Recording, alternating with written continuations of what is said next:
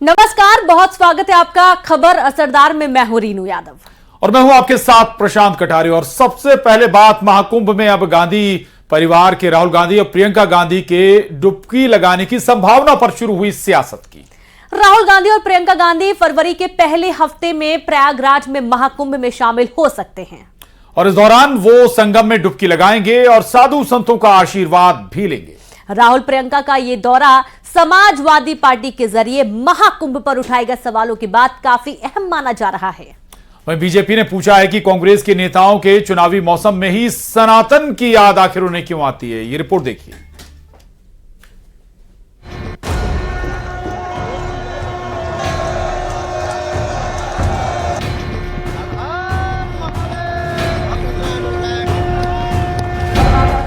लोकसभा में नेता प्रतिपक्ष राहुल गांधी और उनकी सांसद बहन प्रियंका गांधी भी महाकुंभ में संगम की त्रिवेणी में डुबकी लगाएंगी। कांग्रेस की तरफ से इसकी तैयारी शुरू कर दी गई है। उनके प्रयागराज दौरे की तारीख तय नहीं हुई है, लेकिन माना जा रहा है कि फरवरी के पहले हफ्ते में राहुल और प्रियंका महाकुंभ में स्नान कर साधु संतों का आशीर्वाद ले सकते हैं। राहुल प्रियंका के महाकुंभ में जाने की खबरों के साथ ही बीजेपी ने बड़ा हमला बोला है। केंद्रीय मंत्री एसपी सिंह बघेल ने कहा कि ये लोग दिल से सनातनी हैं, लेकिन वोट बैंक तुष्टीकरण और ध्रुवीकरण के चलते सनातन का अपमान करते हैं। हृदय से ये लोग सब सनातनी हैं, लेकिन वोट बैंक के ध्रुवीकरण, एकत्रीकरण, तुष्टीकरण के लिए इस प्रकार के भारत की सभ्यता, संस्कृति, आध्यात्म, सनातन और देवी देवताओं के प्रति प्रतिकूल टिप्पणी करते रहते हैं यदा कदा। वहीं कांग्रेस प्रवक्ता का दावा है कि महाकुंभ और प्रयागराज से गांधी परिवार का पुराना और गहरा नाता है। कांग्रेस ने बीजेपी पर धर्म की आड़ में राजनीति करने का आरोप लगाया है। उनका कहना है कि सिर्फ सियासत के चलते बीजेपी राहुल प्रियंका के महाकुंभ आने का विरोध कर रही है। जो लगातार दलितों और पिछड़ों पर अत्याचार करने वालों को बचाते हैं, तो उनको राहुल गांधी जी से, प्रियंका गांधी से तो चुभन स्वाभाविक है, क्योंकि राहुल गांधी जी, प्रियंका गांधी जी जनता के मुद्दों पर बात करते हैं। और आज जब वो महाकुंभ में आ रहे हैं तो भारतीय जनता पार्टी को उससे भी चढ़ हो रही है। भारतीय जनता पार्टी अपनी ओछी मानसिकता दिखा रही है। राहुल गांधी और प्रियंका गांधी का दौरा इसलिए भी अहम है क्योंकि समाजवादी पार्टी की तरफ से महाकुंभ को लेकर सवाल उठाए जा रहे हैं। अखिलेश यादव ने महाकुंभ की व्यवस्था और श्रद्धालुओं के आंकड़ों पर सवाल उठाए हैं। ऐसे में प्रियंका और राहुल गांधी महाकुंभ पहुंचकर ये संदेश देने की कोशिश करेंगे कि आस्था या धर्म से जुड़े मुद्दों पर सियासत ठीक नहीं। Bureau report, news 18। महाकुंभ में श्रद्धालुओं का सैलाब उमड़ रहा है। सीएम योगी भी शनिवार को संगम आएंगे और अब तक 7 करोड़ से ज्यादा लोग संगम में डुबकी लगा चुके हैं, लेकिन अखिलेश यादव आंकड़ों पर सवाल खड़े कर रहे हैं। सरकार के आंकड़ों को फर्जी बता रहे हैं। बीजेपी ने इस पर पलटवार किया है। ये रिपोर्ट देखिए। महाकुंभ में अब तक करीब 7 करोड़ से ज्यादा लोग संगम में डुबकी लगा चुके हैं। महाकुंभ में कुल 6 स्नान हैं, जिसमें से 3 अमृत स्नान हैं। पहला अमृत स्नान हो चुका है, जिसमें 3.5 करोड़ से ज्यादा लोगों ने पवित्र नदी के जल में स्नान किया। मौनी अमावस्या को होने वाले अमृत स्नान में 7 से 8 करोड़ श्रद्धालुओं के आने की उम्मीद है। सीएम योगी शनिवार को संगम आएंगे। महाकुंभ में सीएम योगी 29 जनवरी को पड़ने वाली मौनी अमावस्या के स्नान की तैयारियां देखेंगे। सीएम योगी सभी विभागों के अफसरों के साथ समीक्षा करेंगे। साथ ही मेला क्षेत्र का निरीक्षण भी कर सकते हैं। सीएम योगी के साथ अलग अलग विभागों के प्रमुख सचिव और यूपी सरकार के मंत्री भी रहेंगे। सीएम योगी महाकुंभ में साधु संतों से भी मिल सकते हैं। महाकुंभ मेला जहां भव्यता से पूरी दुनिया भर का ध्यान अपनी तरफ खींच रहा है, करोड़ों लोग त्रिवेणी संगम में डुबकी लगा रहे हैं। वहीं समाजवादी पार्टी के अध्यक्ष अखिलेश यादव ने महाकुंभ के आंकड़ों पर ही सवाल खड़े कर दिए। अखिलेश ने सरकार के आंकड़ों को फर्जी बताया। इसके बाद डिप्टी सीएम ब्रजेश पाठक ने पलटवार कर कहा कि भक्तों की भीड़ देखकर अखिलेश परेशान हो गए हैं। अखिलेश सनातन संस्कृति को आगे बढ़ते देख नहीं पा रहे हैं। सरकार का हर आंकड़ा वो है फर्जी, और हमारा पत्रकार साथी सही बोल रहा है। हम इसको धन्यवाद देते हैं। कुछ ट्रेनें खाली आ रही हैं, सुनने में आया गोरखपुर वाली खाली ट्रेन गई है पूरी, और नहीं मानता भी वीडियो दिखा सकता हूं मैं आपको। नहीं, वो छोड़िए, हम उन पे चर्चा नहीं करना चाहते हैं, लेकिन ये बात मोटी मोटी मान लीजिए कि बीजेपी का हर आंकड़ा फर्जी है। इनके मन में पीड़ा है। जाति धर्म संप्रदाय से ऊपर उठकर के करोड़ों लोग एक साथ संगम में डुबकी लगाते हैं जब मकर संक्रांति के पावन पर्व पर, तो इनके मन में पीड़ा होना स्वाभाविक है। वहां जाति का बंधन टूट गया है। एक मंच पर, एक लाइन में संगम तट पर करोड़ों लोगों का हुजूम देख करके अखिलेश यादव जी के पेट में दर्द हो रहा है, बर्दाश्त नहीं कर पा रहे। महाकुंभ में सांसद रवि किशन संगम में आस्था की डुबकी लगाने पहुंचे। उन्होंने लोगों से महाकुंभ में आने की अपील भी की। इस मौके पर रवि किशन ने अखिलेश के आंकड़ों वाले बयान पर पलटवार भी किया। देखिए, विपक्ष है, उसका काम है बोलना। आप वो फोटो दृश्य जो देख रहा है, आप लोग खुद कवर कर रहे हैं, आप लोग अपने आंखों से देख रहे हैं, कुछ छिपा नहीं है। अद्भुत है, सनातन जगह है, तो दर्द तो सबको होगा कि कई हजारों साल के बाद, कई सौ साल के बाद, कई गुलामी के बाद अब जाके सनातन धर्म जगा है। अखिलेश के महाकुंभ को लेकर बयान पर मचे घमासान के बीच वाराणसी में कुछ लोगों ने गंगा घाट पर अखिलेश यादव लापता के पोस्टर लगाए हैं। 144 वर्षों बाद हमहन के बनारस के बगल में महाकुंभ लगल बा प्रयागराज में। देश दुनिया से सनातन वाले जो आस्था रखने वाले लोग हों, हिंदू देश दुनिया से लोग आवत हों, विदेशी भी। एक वीडियो आप देखे होंगे, ब्राजील से एक व्यक्ति आया था कि मोक्ष की तलाश में मैं आया हूं, लेकिन यहीं बगल में लखनऊ रह करके वो हरिद्वार चले जा रहे हैं, लेकिन महाकुंभ में आकर के डुबकी लगाना उनको अच्छा नहीं लग रहा है। अखिलेश यादव से संगम नगरी प्रयागराज में स्नान करने की बात कही गई है। काशी के घाटों पर लगे पोस्टर में पीडीए के साथ अखिलेश यादव लापता लिखा गया है। न्यूज़ 18 के लिए ब्यूरो रिपोर्ट। और बीजेपी ने दिल्ली चुनाव के लिए अपना घोषणा पत्र जारी कर दिया। पार्टी ने इसे संकल्प पत्र नाम दिया है। बीजेपी ने अपने संकल्प पत्र में कुल 10 वादे किए, जिसमें एमपी की लाडली बहना योजना की तर्ज पर महिलाओं को हर महीने 2500 रुपए देने का वादा भी शामिल है। और अरविंद केजरीवाल ने बीजेपी के संकल्प पत्र पर सवाल उठाए हैं। कहा है कि आम आदमी पार्टी की गारंटी पर बीजेपी चुनाव लड़ना चाह रही है।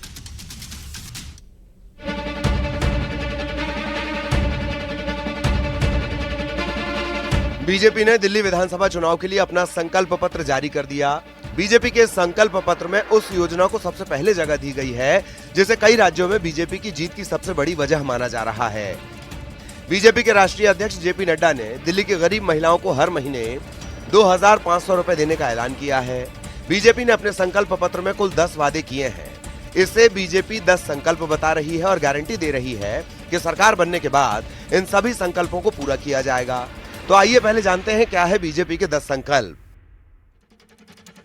महिलाओं को हर महीने 2500 रुपए, गर्भवती महिलाओं को 21,000 रुपए, होली दिवाली पर एक सिलेंडर मुफ्त, एलपीजी सिलेंडर पर 500 रुपए की सब्सिडी, गर्भवती महिलाओं को न्यूट्रिशनल किट, 5 लाख रुपए तक का अतिरिक्त स्वास्थ्य बीमा। दिल्ली में लागू होगी आयुष्मान भारत योजना। अटल कैंटीन योजना को लॉन्च करेंगे। झुग्गियों में 5 रुपए में राशन, वरिष्ठ नागरिकों को 3000 रुपए पेंशन। अभी हम लोगों ने तय किया है कि हम भारतीय जनता पार्टी के संकल्प में इस बात को जोड़ते हैं कि महिला समृद्धि योजना के तहत प्रति माह 2500 रुपए महिलाओं को दिया जाएगा और पहली कैबिनेट मीटिंग में महिला समृद्धि योजना फर्स्ट कैबिनेट मीटिंग में पारित किया जाएगा और दिल्ली की महिलाओं को 2500 रुपए प्रति माह देने का संकल्प भारतीय जनता पार्टी लेती। गरीब लोगों के लिए 5 रुपए में भरपेट भोजन की मील देने की व्यवस्था की है और हमने ये तय किया है कि हम यहां दिल्ली में अटल कैंटीन को सभी झुग्गी झोपड़ी क्लस्टर्स में न्यूट्रिशियस मील 5 रुपए में देने मुहैया कराने की व्यवस्था करेंगे। 5 रुपए में उनको भरपेट भोजन मिल सके, इसकी हम व्यवस्था करेंगे। इसके लिए हम अटल कैंटीन योजना को हम लॉन्च करेंगे। जेपी नड्डा ने एलपीजी सिलेंडर और आयुष्मान योजना पर क्या कहा वो सुनिए। एलपीजी के सिलेंडर में जो हमारी गरीब बहनें हैं, जो गरीब परिवार हैं, उनको 500 रुपए का सिलेंडर पर सब्सिडी दी जाएगी और साथ ही साथ होली और दिवाली में दोनों समय में, हर एक समय में, होली और दिवाली में 1 सिलेंडर ईच यह मुफ्त दी जाएगी, फ्री सिलेंडर दिया जाएगा, इसको प्रोवाइड किया जाएगा। भारत में हमने तय किया है कि दिल्ली की सरकार बनने पर प्रथम कैबिनेट में हम आयुष्मान भारत को, जो केंद्र सरकार की स्कीम है, उसको लेटर और स्पिरिट में पहली कैबिनेट में इंप्लीमेंट करेंगे। और इसके साथ साथ हम 5 लाख रुपए का दिल्ली सरकार की तरफ से एडिशनल हेल्थ कवर देंगे, यानी टोटल 10 लाख रुपए का हेल्थ कवर आयुष्मान भारत के तहत मिलेगा। बीजेपी का संकल्प पत्र जारी होने के कुछ ही घंटे बाद आम आदमी पार्टी की तरफ से अरविंद केजरीवाल ने प्रेस कॉन्फ्रेंस की। केजरीवाल ने बीजेपी के संकल्प पत्र को केजरीवाल पत्र बता दिया। उन्होंने बीजेपी के संकल्प पत्र को झूठ का पुलिंदा बताते हुए आरोप लगाया कि बीजेपी आम आदमी पार्टी की गारंटी पर चुनाव लड़ना चाहती है। आपके पास दिल्ली की क्या प्लानिंग है? कोई प्लानिंग नहीं है लोगों के पास। बस हमारे मैनिफेस्टो के ऊपर, वो हमारी गारंटी के ऊपर वो चुनाव लड़ना चाहते हैं। इससे दुर्भाग्यपूर्ण किसी, मतलब इससे खोखले विजन वाली पार्टी मैंने कभी आज तक जिंदगी में नहीं देखी, जिनके पास कोई सोच ही नहीं है दिल्ली के लिए। संकल्प पत्र पर सियासत शुरू हो गई है। बीजेपी ने अपने संकल्प पत्र में सभी वर्गों को रिझाने की कोशिश की है, तो आम आदमी पार्टी निशाना साध रही है, बीजेपी के वादों को झूठा बता रही है। Bureau report, news 18।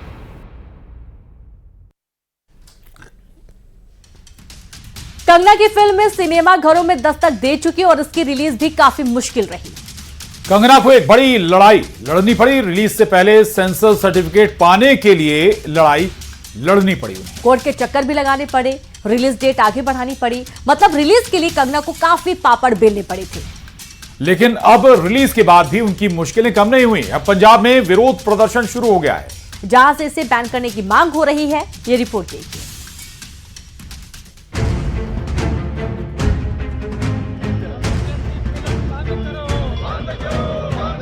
Kangana Ranaut की फिल्म इमरजेंसी एक बार फिर विवादों में है। लंबे इंतजार के बाद फिल्म आज देश भर में रिलीज कर दी गई, लेकिन पंजाब में इस फिल्म को लेकर बवाल मच गया है। पंजाब में फिल्म को लेकर जबरदस्त विरोध देखने को मिल रहा है। वहीं चंडीगढ़, जालंधर, अमृतसर, पटियाला समेत कई शहरों में फिल्म के खिलाफ प्रदर्शन हुआ, जिसकी वजह से सिनेमाघरों ने फिल्म रिलीज करने से इनकार कर दिया। पंजाब में सिखों की संस्था शिरोमणि गुरुद्वारा प्रबंधक कमेटी ने इमरजेंसी की रिलीज का विरोध किया है। सीजीपीसी के विरोध के बाद सिनेमाघरों के बाहर भारी संख्या में पुलिस बल तैनात किया गया। इसके बावजूद भारी विरोध के चलते आज ज्यादातर सिनेमाघरों में फिल्म की स्क्रीनिंग नहीं हो पाई। एसजीपीसी का आरोप है कि कंगना रनावत की फिल्म इमरजेंसी में सिख धर्म के इतिहास, 1984 में सिखों के नरसंहार और उसके बाद हुए दंगों की घटनाओं को तोड़ मरोड़ कर पेश किया गया है। सीजीपीसी को सबसे अधिक आपत्ति 1984 में एक सैन्य अभियान में मारे गए खालिस्तानी उग्रवादी जर्नल सिंह भिंडरवाले के रोल को लेकर है। सीजीपीसी का आरोप है कि भिंडरवाले के कैरेक्टर को फिल्म में गलत तरीके से दिखाया गया है। सीएम भगवंत मान को पत्र लिख सीजीपीसी ने पंजाब में फिल्म की रिलीज पर बैन लगाने की मांग की है। तो वहीं कांग्रेस भी चाह रही है कि यह फिल्म बैन हो जाए। कांग्रेस का आरोप है कि यह फिल्म भाईचारे को नुकसान पहुंचाती है। हालांकि बीजेपी कह रही है कि जो लोग 1975 की इमरजेंसी की भयावहता के बारे में नहीं जानते, उन्हें इमरजेंसी फिल्म जरूर देखनी चाहिए, जिससे ये पता चल सके कि कांग्रेस ने कैसे लोकतंत्र को ही जेल में डाल दिया था। कंगना की फिल्म पर बवाल जारी है। ये फिल्म बॉक्स ऑफिस पर कमाल कर पाती है या नहीं, ये तो दर्शक तय करेंगे, लेकिन इमरजेंसी के खिलाफ सियासी ब्लॉकबस्टर जरूर देखने को मिल रहा है। Bureau report, news 18। और सौरभ शर्मा पर हर दिन नए खुलासे हो रहे हैं। हाल ही में आईपीएस और आईएएस अधिकारी का नाम सामने आने के बाद एक और बड़ा खुलासा हुआ है। ईडी ने भोपाल और ग्वालियर में छापा मारा और यह छापा सौरभ शर्मा के करीबियों के रिश्तेदारों पर मारा गया।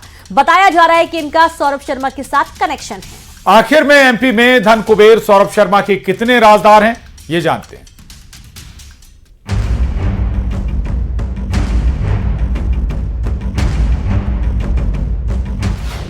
धन कुबेर सौरभ शर्मा पर बड़ा खुलासा। ग्वालियर समेत भोपाल में भी कुछ ठिकानों पर रेड मारी गई। भोपाल टू ग्वालियर कितने धन कुबेर?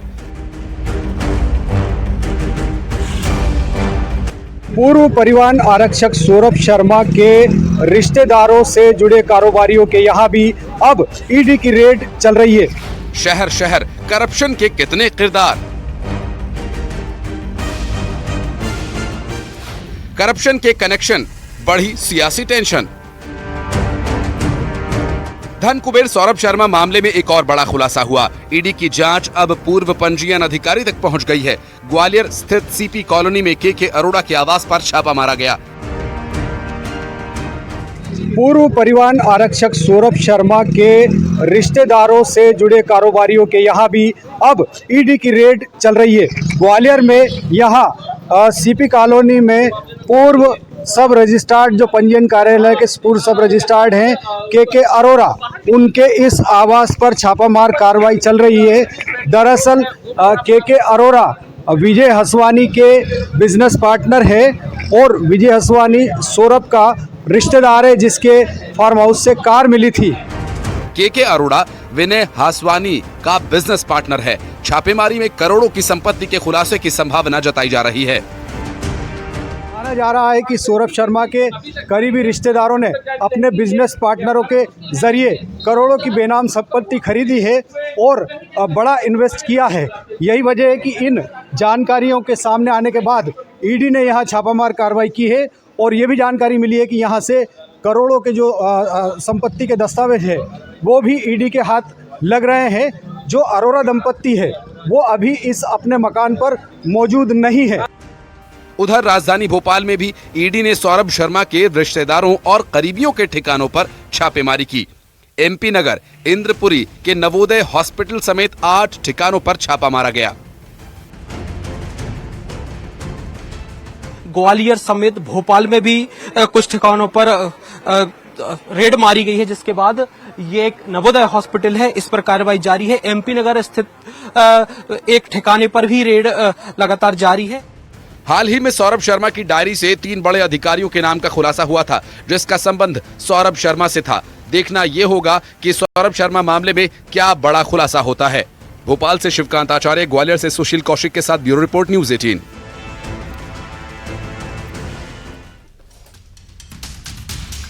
सैफ अली खान पर आखिर हमला क्यों किया गया? हमलावर आखिर सैफ के घर कैसे पहुंचा?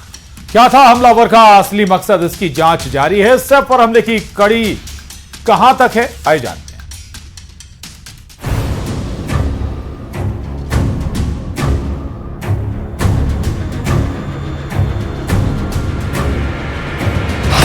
सैफ अली खान पर हमला क्यों किया गया? हमलावर हाई सिक्योरिटी जोन में कैसे पहुंचा? क्या था हमलावर का असल मकसद? क्या है सैफ अली खान पर हमले की पूरी क्रोनोलॉजी? सीसीटीवी खंगाले जा रहे हैं, एक एक फिंगरप्रिंट की जांच की जा रही है।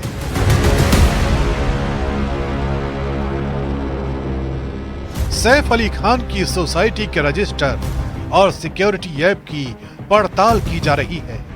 ये पता लगाने की कोशिश की जा रही है कि आखिर सैफ अली खान पर हमले की घटना से जुड़ी कड़ियां कहां तक हैं, क्योंकि आशंका जताई जा रही है कि जिस संदिग्ध हमलावर को सीसीटीवी में देखा गया वो पहले भी सैफ अली खान के फ्लैट की रेकी कर चुका था।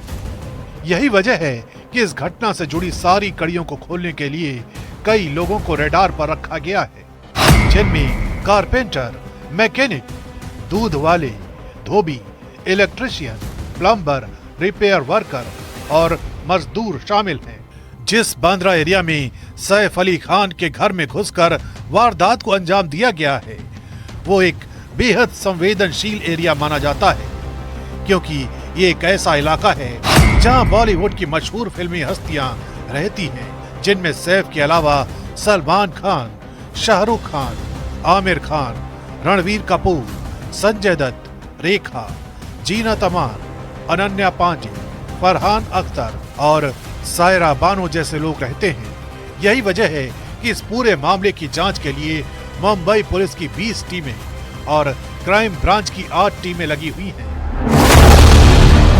फिलहाल इस मामले में पुलिस ने जिस संदिग्ध को गिरफ्तार किया है उससे पूछताछ की जा रही है।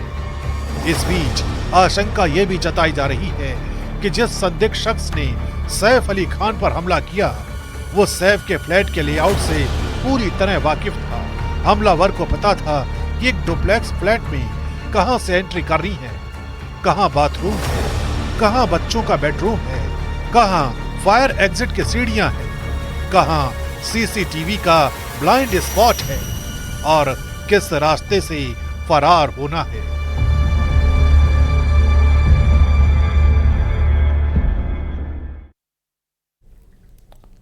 और सैफ अली खान को घायल हालत में लीलावती अस्पताल पहुंचाने वाले ऑटो चालक ने न्यूज 18 को उस रात की सारी हकीकत बताई। भजन नाम के उस ऑटो चालक के साथ ही घायल सैफ खून से लथपथ हालत में लीलावती अस्पताल पहुंचे थे। इस समय हमारे साथ भजन सिंह है, उनसे बात करते हैं। ये बताइए क्या हुआ था उस दिन, किसने आपको बुलाया था, किस तरह से हुआ था पूरा घटना? सर मैं जैसे नाइट में गाड़ी चलाता हूँ तो मैं अपना रेजेंसी वाला गली जो है अपना घूम रहा था तो एक लेडीज आती आगे से भाग के, उसके बाद में गेट से आवाज आती रिक्शा रिक्शा रोको रोको रोको, तो फिर बोलते कि भैया लगाओ फटाफट गेट पे गाड़ी लगाओ, किसी को घाव लगा है। फटाक से मैं गाड़ी लगाता हूँ वहाँ, उसमें से फिर गेट खुलता है तो 4-5 लोग निकलते हैं। एक बंदा निकलता पूरा खून से लहू लुहान, ठीक है। उसको देख के मेरे को भी घबराहट सी होती, मैंने अरे क्या मैटर हो गया। हाँ थोड़ा मेरे को डर भी लगा तो मैंने बैठाया उसको। बैठाने के बाद फिर एक बच्चा बैठता है, एक कोई यंग आदमी बैठता है उनके साथ में, तो 3 लोग कुल मिला के 3 लोग जाते हैं। फिर मैं सीधा चल देता हूँ। मैंने सर आपस में डिसाइड करते कि कौन सा हॉस्पिटल जाएंगे, लीलावती जाएंगे, होली फैमिली जाएंगे। नहीं वो आपस में नहीं बात करते। उनका जब बात खत्म होने के बाद फिर मैं उनको बोला, मैंने सर किधर लेना है, होली फैमिली लेना है या लीलावती? तो बोला लीलावती। तो वही मैं सीधा हिल रोड से राइट मार के सीधा उनके घर से अपना गार्डन है, गार्डन से राइट मार के हिल रोड आ गया। हिल रोड से फिर बालाजी से लेफ्ट मारा, लेफ्ट मार के सीधा चप्पल रोड से निकाला उनको। तो चप्पल रोड से गलियों में थोड़ा पतला गली है, उसमें सुनसान लगता है, थोड़ा घबराहट सी होती है। तो उसके बाद जब बाहर निकलने के बाद फिर बोले कितना टाइम लगेगा? मैंने सर बस यूटर्न मार के गेट पे लगा देता हूँ, आ ही गया समझे। हाँ फिर वो उतरे हैं, उतरने के बाद तो स्टाफ एक खाली गार्ड खड़ा था, गार्ड को बुलाते बोले एक गार्ड, मैं बुलाया इधर आओ, बोले स्टाफ की तरफ फटाक से बुलाओ, मैं सैफ अली खान हूँ। यानी वो बताया, आपने इंस्ट्रक्शन दिया, बोले फटाक से बुलाओ कि स्ट्रेचर वगैरह आया। एक पहले वो आया था बैठने का, तो उसमें नहीं बैठे, फिर अपना लेटने वाला स्ट्रेचर आया, उसमें फिर अपना फिर लेट गया। जब कार से वो बैठे तो आपको पता नहीं था कि गाड़ी में आपके सैफ अली खान बैठे? आपको कब पता चला? नहीं, जब वो खुद वो जब पहुंचे वहाँ पे, जब डॉक्टर को बुलाया गया, क्योंकि रात में ऐसा कोई स्टाफ रहता नहीं, खाली एक गाड़ी था, और बुलाया गया तो बोला कि मैं सैफ अली खान हूँ और फटाक से स्टाफ को बुलाओ, मेरा जो इलाज जो भी है वो करो फटाक से। कौन लोग ऑटो में बैठे थे, कहाँ? एक बच्चा था उनके साथ में, उनका बच्चा लड़का होगा और एक कोई और उनको पहचान में रिलेशन में जो भी होगा। हाँ तो वो बैठे थे, 3 लोग थे कुल मिला के। हाँ तो लीलावती में किस हालत में उतरे थे कि चल पा रहे थे वो? हाँ चल आराम से, यानी कि इतना वो नहीं लगा था, जैसे बैठे थे हल्के हल्के उनको आराम से चल रहे थे। और इसके साथ ही बुलेटिन में बस इतना ही। आप देखते रहे न्यूज 18 MP छत्तीसगढ़। नमस्कार।